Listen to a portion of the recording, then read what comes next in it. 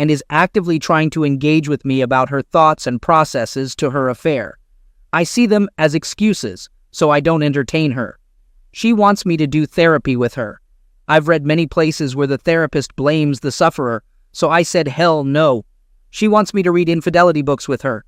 What's the point if we're going to divorce anyway? She wants to be with me. I told her she's not going to manipulate me with closeness. She says it's not manipulation, just showing how much she loves me. I corrected and said love me now. People around me, even my mom, are frustrated, saying people make mistakes, and my wife realizes through her mistakes that she truly does love me. I tell them I won't be anyone's fallback plan. I feel bad for treating her the way I do, but I still love her even though there's hate. Am I being unnecessarily cruel to her? She's trying hard, but I just don't care. Should I reconsider the divorce? People are saying I'm moving too quickly and might regret it. Is that true? I don't know what's real. Update. Thanks for your concern, guys. My wife and I are in a sort of good place, but we're not reconciling. I'm still divorcing her because her affair was too long for me to get over. If it had been a one-night stand, that would be a different story. But no, 2 years is just a slap in the face. I've gone to a few therapy sessions with her because I'm not a monster and still love her. One session was very good and made me understand her remorse. She hasn't handled the fallout perfectly, but she's been trying pretty damn hard. The second session was a mess of her being upset with me for continuously contacting the boss's wife and her being afraid of a revenge affair. It was the angriest I ever was through this whole mess, and we argued a great deal later because I refused to do what she wanted, which is no contact with the boss's wife. That was resolved when I promised her that there will be no revenge affair. I know I don't owe her anything, but she's still my wife until our divorce, and I still want to hold true to my commitments. I've attended more sessions with her to check on her progress. Yes, this therapist handles both individual and marriage counseling. No, I'm not attending these sessions because I secretly want to save our marriage. I just want to witness my wife's progress and be involved if needed. After the divorce, I'll step away gracefully. The boss's wife is still leaving her husband, and he's still resisting the divorce. She's as determined as I am, and I'll admit we confide in each other during low days. I still don't see any affair. We're just on friendly terms. She's a strong, independent woman who doesn't tolerate nonsense. My kids are doing well. They understand that divorcing doesn't mean we love them any less. They don't want a divorce, but they understand why it's necessary for us in an age-appropriate way. My wife no longer works at the advertising company. She resigned after I served her. She's strictly no contact with her former boss. According to her, she sought help on forums to save the marriage. I've been reading a lot here, and initially, I didn't get why people stayed with adulterers, but after seeing my wife work hard to be a better person, I can see the temptation. She's not a monster. She's just flawed and made horrible choices, learning to be better. She's offered everything for another chance, but I'm not sure. As the divorce nears, I feel more at peace. We recently discussed her asking for a chance after the divorce. She's offered a postnup. I wasn't completely opposed, but it would be a very, very long road for her.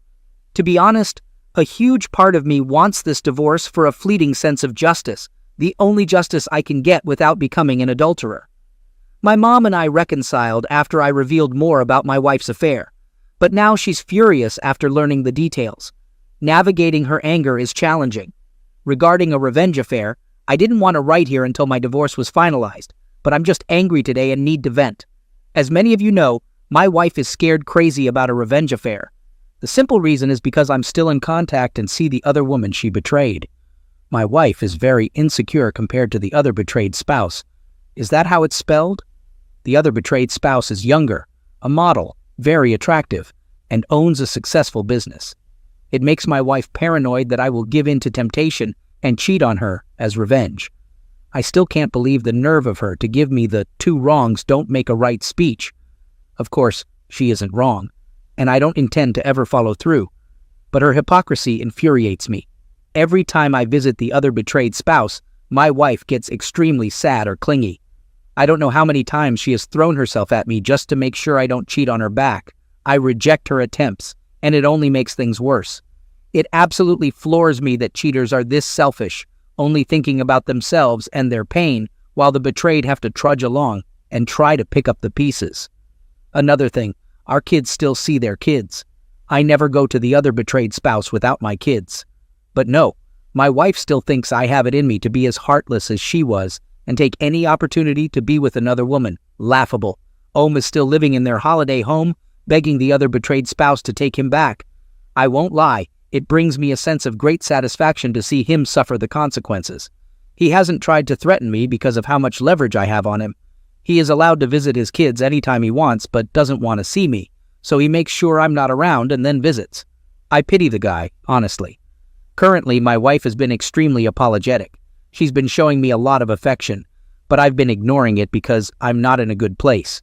We have a therapy session today, and I plan to express all the pain and hurt I've endured because of her. The rage I feel is becoming overwhelming. Update. During a recent therapy session with my wife, she asked for more time to win me back. She had several reasons why I should at least try to participate in recovering our marriage, not necessarily reconciling. I kept pointing out that she's only trying now because of the fallout from her affair. If she was still with the other person, she wouldn't be making an effort. She emotionally mistreated me for months, and I won't let myself be walked all over, even by the woman I loved. She acknowledged her wrongdoings and apologized again, making many promises to make it up to me.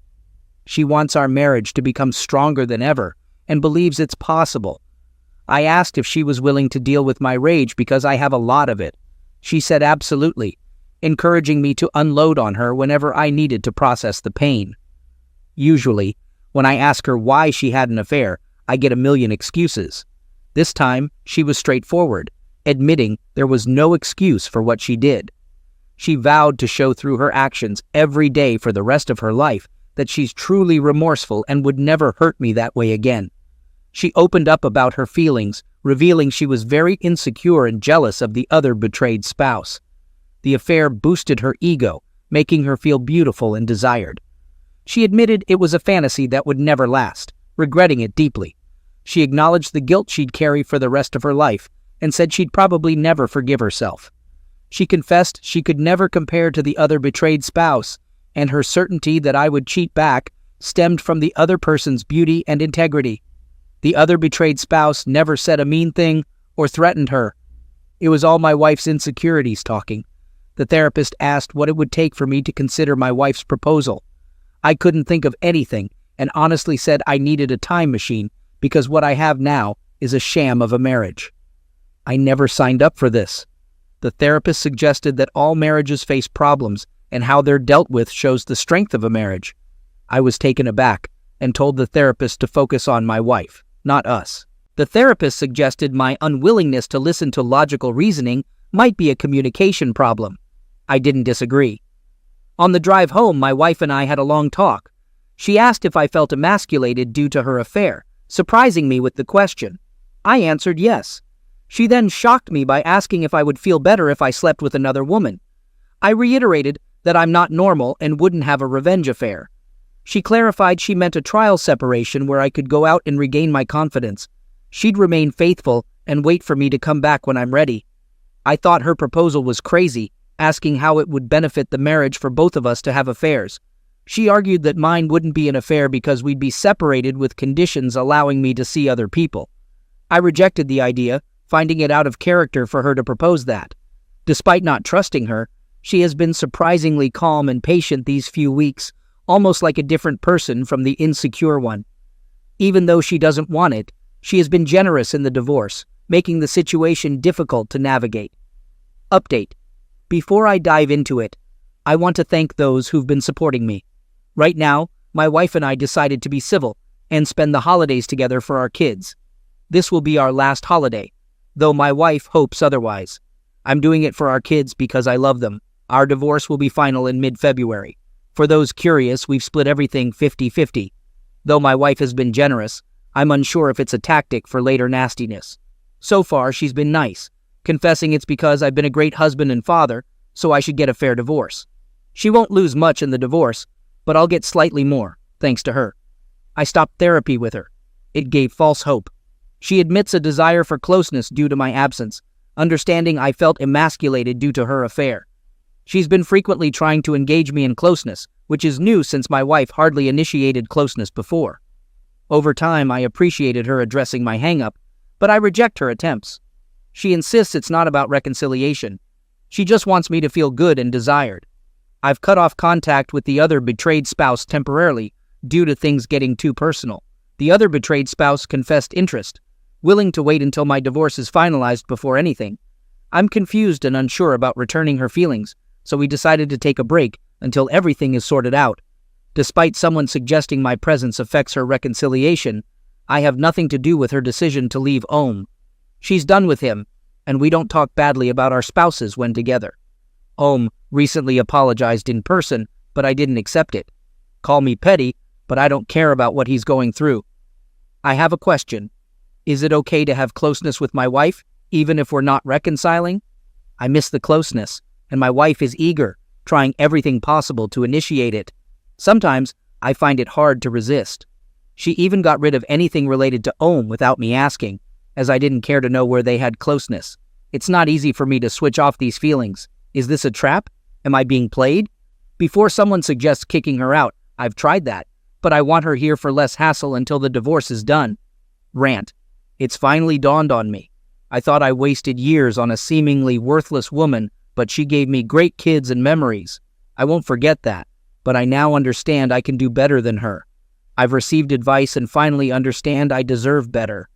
She treated me poorly when another man showed her attention, investing her energy in him. Only now, when I'm over her, does she try everything to keep me and invest in us. Now she wants me to be happy, even being adventurous in bed. While our previous closeness wasn't perfect, I liked it. I realize I've missed out on a lot through her texts with Ohm, knowing just the tip of the iceberg and how graphic their encounters were. Now she values my boundaries, sees me as the king she should have before, but it feels fleeting. She's transparent and brutally honest, expressing regret for the affair. I see her constant look of shame and hopelessness when I'm unreceptive, making me hate myself sometimes, but it's necessary. Why can't I see this as a positive thing? Why can't I judge her for her remorseful actions? Many people have long-term affairs and come out stronger, right? Why am I basing decisions on emotion and not mature objectivity? Someone else might get the improved version of her while I navigate another uncertain relationship. Why not fight for this when everything seems to point to something good in the future? I've been given these lines and have one answer. I won't accept disrespect. Maybe I was willing to in the early stages, but I woke up from that quickly. This is for the people who pumped me and regularly asked about my situation. I'm going to enjoy this Christmas with my entire family and then move on from my wife. I decided to stop listening to the nonsense I created in my head to keep my wife's control over me and move on entirely from the idea of her. I won't be dating her or giving us another chance. We are over for good. I like to say my wife isn't a villain, and that's true. I want her to be happy, but it will never be with me. She has shown me that.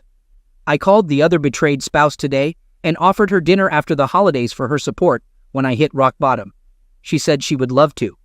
I know this doesn't happen often, but we really supported each other throughout all of this, and I owe her thanks. Before people start talking about how much I planned this with the other betrayed spouse, I honestly did not. My emotions have been so screwed up these few years that the very thought of another woman never crossed my mind. And it's dinner, nothing else, unless we both want it. But the closer divorce gets, the more I realize I actually have options. And one option has been right there. What about Ohm? I don't give a flying FK about the dude. I do not think I will marry again, and I will tell this to any woman. Although my divorce hasn't been much of a hassle, I am losing a lot of money. Still, the whole idea of marriage just seems like a sham to me now. Sorry for being so cynical right now. I don't want this post to offend anyone, but I'm still jaded. I gave my best years to this woman, and I'm starting to realize how little I got back. Update. Officially divorced. It's been a long time coming. It's over. My ex and I have officially separated for good. It happened almost 3 weeks ago, and for a few days after, I grieved like I lost a loved one. It hit me extremely hard that my marriage failed so spectacularly. I never cried that hard, ever since I discovered the affair in the first place. I raged a lot too, definitely one of my lowest points. Everything has been organized for my ex, partially for the kids' sake. She moved out of the house and I'm looking to buy her out of her part of it. She lives in an apartment now, a big downgrade for her, which depresses her. She is still going to therapy, still invested in reading and studying infidelity. I don't know exactly why.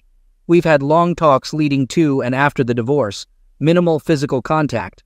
I know I shouldn't entertain her now, but she's still the mother of my kids, and I want us to be good co-parents. I'm nothing if not logical about the situation, largely thanks to this community and others. Of course, it's the same tune. She wants to reconcile, and I think it's too risky for me to put myself in that situation again. Unfortunately, I'm not in the mood to give her that gift. This past weekend, I accompanied the other betrayed spouse to dinner with no intention other than enjoying each other's company and chatting. We talked about all sorts of things. Things got flirty between us, and I must admit, I was very reluctant to entertain the rapidly changing mood. Well, I guess I should say the night ended in a very passionate way. Sorry for TMI. It was probably the most perfect closeness I've ever had. OBS is very much a giver and spades above my ex. I did not intend for it to go that far, but the other betrayed spouse and I were willing, and I was as well. I learned quite a few more tricks in the sack. It's the first time I ever had someone that enthusiastic to please me, and not the other way around. Guess I shouldn't call her the other betrayed spouse anymore, as she divorced her ex. But for privacy's sake, I'll just use that. I do not think we will take our relationship further. To be honest, I think the hormones and wine got the best of us that night. She would like to, but I am undecided. I need to sort myself out emotionally, and I think she does as well. I feel very good though. People might not like hearing this, but the closeness I had with the other betrayed spouse really helped a lot with my residual self-esteem issues. I felt desired, alive, and finally understood what I was missing out on. I will never settle for robotic closeness again. What was more satisfying was knowing that I was not cheating and did not lower my morals. All things considered, I'm very proud of how I handled all this crap. I wasn't perfect, but did the best I could. I'm probably coming out very lucky compared to many BHS, even if I did lose a substantial amount of money in this process. But it was because I was willing to absorb advice and listen to people with experience instead of going in blind and hoping for the best. Takeaways. Respect yourself.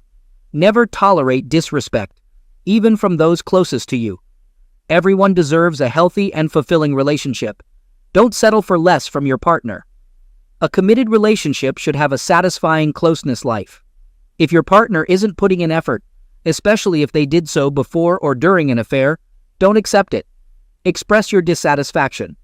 If your partner doesn't meet your needs, don't settle for unexciting closeness unless you both agree. It's okay to walk away. Communicate, communicate, communicate. It's incredibly important. If you're betrayed, only you can truly heal yourself. It took me a long time to grasp this. There are more points, but that's all I can think of now.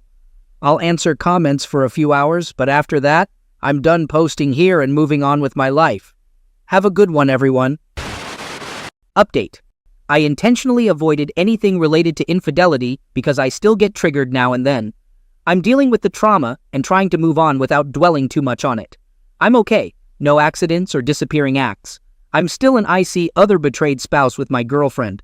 She resolved her case with Ohm regarding child custody and finances maturely instead of seeking revenge. There's some tension among the children, and we've started therapy to help them adjust and understand that our relationship doesn't diminish their importance. It's challenging because not everyone is on board. My daughter X and Ohm don't like being around each other, and there's tension. My ex wants a second chance, probably upset that the other betrayed spouse is influencing my perspective. I'm genuinely concerned about her behavior. She tried something at a 4th of July party, and though I stopped it, she's persisting.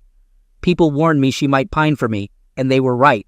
The other betrayed spouse is letting me handle it, but is also growing weary of my ex. Did I mention my ex strongly dislikes the other betrayed spouse? I thought my ex was changing for the better, but since I left her, she's been a train wreck. It's puzzling. I treated her well and she treated me poorly. But the moment I said, "Forget you," she's desperate for my attention. I don't know if I should be angry about it. Well, there you have it. Y'all can rest easy now. I'm concerned about my daughter. Hello, everyone. I've been searching for helpful resources to navigate my current situation. Check my history for more details, but I'll provide a summary. My ex-wife had a 2-year affair, during which she was emotionally abusive and frequently compared me to her affair partner, Om. Our closeness suffered, and initially, I blamed myself. When I discovered the affair, I eventually decided to divorce her, especially after a weekend when she lied about spending time with Om. I connected with the other betrayed spouse, and together we initiated divorces while ensuring our children were informed in an age-appropriate manner. We've been open with the kids, explaining the separation without details. Despite their understandable reluctance, they handled it as well as could be expected. My ex-wife pushed for reconciliation, but I chose to end the relationship, forgiving her but moving forward. The divorce was financially costly, but not excessively damaging. Soon after the divorce, the other betrayed spouse and I developed a serious relationship, having initially been friends with benefits. Supporting each other post-affair fallout was crucial, and without it, I might have remained with my cheating ex or worse. I regularly talk to my kids, ensuring open communication. My son, aged 10, likes the other betrayed spouse, while my 15-year-old daughter is taking more time to adjust. She wants me to be happy, but is cautious about interfering in my relationship. We've discussed healthy relationships and her concerns, and she seems supportive, although she needs time. Our relationship is discreet to avoid overwhelming all the kids, including her 2 daughters. Everyone, including Om, is in therapy. Now, concerning my daughter, the fallout from the affair strained her relationship with her mother. She openly expresses hatred because she believes none of this would have happened if not for her mother's actions. She acts rebelliously toward her mother, rejecting affection and even cursing at her. I've stepped in to enforce respect, but it worries me. The ex-wife is trying to mend their relationship, seeking my assistance despite it being my decision to divorce. I could throw her infidelity in her face, but I choose not to. However, it raises doubts about how I handled the situation. Things I'm worried about. Daughter lacks respect for her mother. Daughter wishes for things to go back to before. She's unaware of her mother's misuse toward me. Daughter is in therapy, but I'm unsure of its effectiveness. Concerns that she feels voiceless and overwhelmed. Handling my relationship well, but possibly hiding emotions. Fear of having negatively impacted my kids' lives by divorcing their mother. Any advice is highly appreciated. Update. I want to share a realistic update, not a fairy tale. Let's address the big question. How are the other betrayed spouse and I doing? Honestly, we're doing fantastic. If I had known a woman like her existed earlier, I would have found her years ago. Jokes aside, our relationship is the strongest I've ever had.